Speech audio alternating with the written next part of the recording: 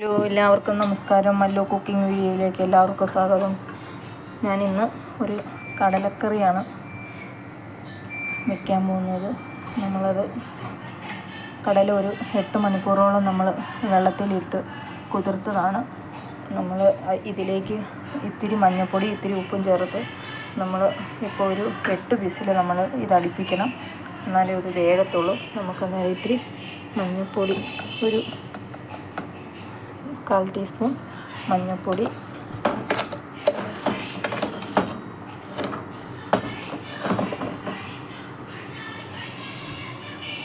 ഒരു 1.5 സ്പൂണ് ഉപ്പും കൂടെ ചേർത്ത് നമുക്ക് ഇത് വേവിക്കാം. ഇത് 8 മണിക്കൂർ വറുത്തരച്ചാണ് നമ്മൾ കടലക്കറി വയ്ക്കാൻ പോകുന്നത് കേട്ടോ. അപ്പോൾ നമുക്കത് ഒരു 1.5 കപ്പ് വെള്ളം ഒഴിച്ച് നമുക്ക് വേവിക്കാം. ഒരു 8 വിസിൽ അടുപ്പിക്കണം. നമുക്ക് നേരം വെള്ളം ഒഴിക്കാം. 1.5 കപ്പ് വെള്ളം ഒഴിച്ച് നമ്മൾ അടച്ച് വയ്ക്കുകയാണ്. നമുക്കിനി ഫ്ലെയിം ഒന്ന് കത്തിക്കാം. വറുത്തരയ്ക്കാനായിട്ട് നമുക്കതിന് വേണ്ട തേങ്ങ, ഒരു നുള്ളു പെരിഞ്ജീരകം, ഒരു 5 ഞാൻ ഉണക്കമുളക് എടുത്തിരിക്കുന്നത്. നിങ്ങൾക്ക് ആവശ്യമുള്ള മുളക് എടുക്കാം. ചിലവർ മുളക് പൊടി ചേർക്കും. ഇഷ്ടമുള്ളവർ മുളക് പൊടിയാണ് ചേർക്കുന്നത്. 2 ഏലയ്ക്ക, ഗ്രാമ്പൂ, പട്ട നമ്മൾ എടുത്തിട്ടുണ്ട്. ഇത് പിന്നെ നമുക്കതിനകത്ത് ചേർക്കേണ്ടത് ചെറുള്ളിയാണ്. ഒരു 5-6 ചെറുള്ളി അരിഞ്ഞത്, ഒരു പച്ചമുളക്, കറിവേപ്പില, ഇഞ്ചി, വെളുത്തുള്ളിയാണ് നമ്മൾ എടുത്തിരിക്കുന്നത്. അത് നമ്മൾ വറുക്കുന്നതിൻ്റെ കൂട്ടത്തിൽ ഇട്ട് വറുത്തെടുക്കണം. അപ്പോൾ നമുക്ക് വറക്കാനായിട്ട് നമുക്ക് ഫ്ലെയിം കത്തിച്ച് ചട്ടി അടുപ്പേ വെച്ചു. നമുക്കിനി തേങ്ങ ഇതിലേക്ക് ഇടാം. ഇനി നമുക്ക് ഇതിനകത്തോട്ട് ചേർക്കാൻ പിന്നെ ഉള്ളത് നമ്മൾ മല്ലിപ്പൊടിക്ക് പകരം നമ്മൾ മല്ലിയാണ് ചേർക്കുന്നത്. നമ്മൾ ഗരം മസാല ചേർക്കുന്നതിന് പകരമാണ് നമ്മൾ ഗരം മസാലയ്ക്ക് പകരം ഗ്രാമ്പും പട്ടയാണ് ഇതിനകത്ത് നമ്മൾ ചേർക്കുന്നത്. നമ്മൾ തേങ്ങ ഇട്ടിട്ടുണ്ട്. തേങ്ങ ഇനി ഇതിനകത്തോട്ട് നമുക്ക് മുളകും ഇതെല്ലാം കൂടെ നമുക്ക് ചേർത്ത് വറക്കാം.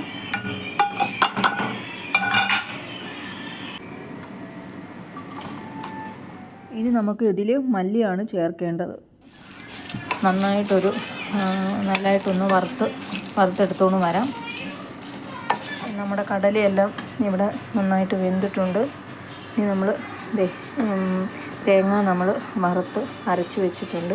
ഇനി അതിലേക്ക് ചേർവി ചേർക്കാനുണ്ട്. നമുക്കൊരു സവോളയും ഉണക്കമുളകും നമുക്ക് കടുക് പൊട്ടിച്ച് ചേർക്കണമെന്നുണ്ടെങ്കിൽ നമുക്കത് ചേർന്നൊരു പാനെടുത്ത് വെച്ചു. ഈ കടല വെന്തതിനകത്തുനിന്ന് നമ്മളൊരു ശകലം എടുക്കുന്നുണ്ട്. ഇതിനകത്ത് അരച്ച് ചേർക്കാൻ വേണ്ടിയിട്ടാണ്. അങ്ങനെ ചേർക്കുമ്പോൾ നമുക്ക് കുറച്ചും കൂടെ കറിക്ക് ടേസ്റ്റ് കിട്ടും. അപ്പോൾ നമുക്ക് കുറച്ച് ഒരു പാത്രത്തിലോട്ട് മാറ്റിയിട്ടുണ്ട്. ഇത് നമ്മളിനി ഇത് അരച്ച് ഇതിനകത്തോട്ട് ചേർക്കാനാണ്. ഒരു കൊഴുപ്പും ഒരു ടേസ്റ്റും ഒക്കെ കിട്ടാൻ വേണ്ടിയിട്ടാണ്. ഓയിൽ ഒഴിച്ചിട്ടുണ്ട്. ഇനി നമുക്കിതിലേക്ക് കടുക് ഇടുവാണ്. ഈ കടുക് ഒന്ന് പൊട്ടി വരുമ്പോഴത്തേക്ക് നമുക്ക് ഉണക്കമുളക് ഇടാം. നമ്മളിപ്പോൾ കറിവേപ്പില ഇടുന്നില്ല.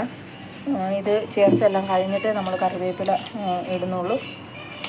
ഇതിനകത്തോട്ട് വേണമെങ്കിൽ തേങ്ങാക്കൊത്തൊക്കെ നമുക്ക് ചേർക്കാം കേട്ടോ. ഇപ്പം ഞാൻ തേങ്ങാക്കൊത്ത് ചേർക്കാനില്ലാത്തതുകൊണ്ട് ചേർക്കുന്നില്ല. തേങ്ങാക്കൊത്തും കൂടി ഇതിനകത്ത് വറുത്ത് ഇതിനകത്ത് ഇടുവാണെങ്കിൽ കുറച്ചും കൂടിയൊക്കെ ടേസ്റ്റ് കിട്ടും.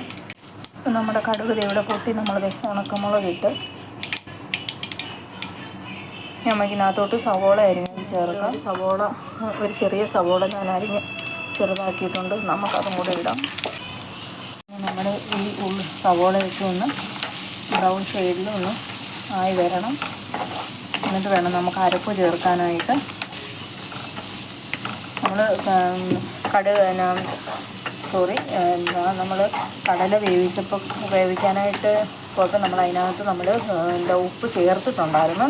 ഇനി നിങ്ങൾ അരപ്പ് ചേർത്ത് കഴിയുമ്പോൾ ഇങ്ങനെ ആവശ്യത്തിന് ഉപ്പ് ചേർക്കാം. നമ്മൾ സവോളയൊക്കെ വഴണ്ട് വന്നിട്ടുണ്ട്. നമുക്കിനി അരപ്പ് ചേർക്കാം. അരപ്പ് ചേർത്തിട്ടുണ്ട്. ഇതൊന്ന് നമുക്ക് ഒരു 5 മിനിറ്റ് അതിനകത്തൊന്ന് ഇളക്കി കൊടുക്കാം.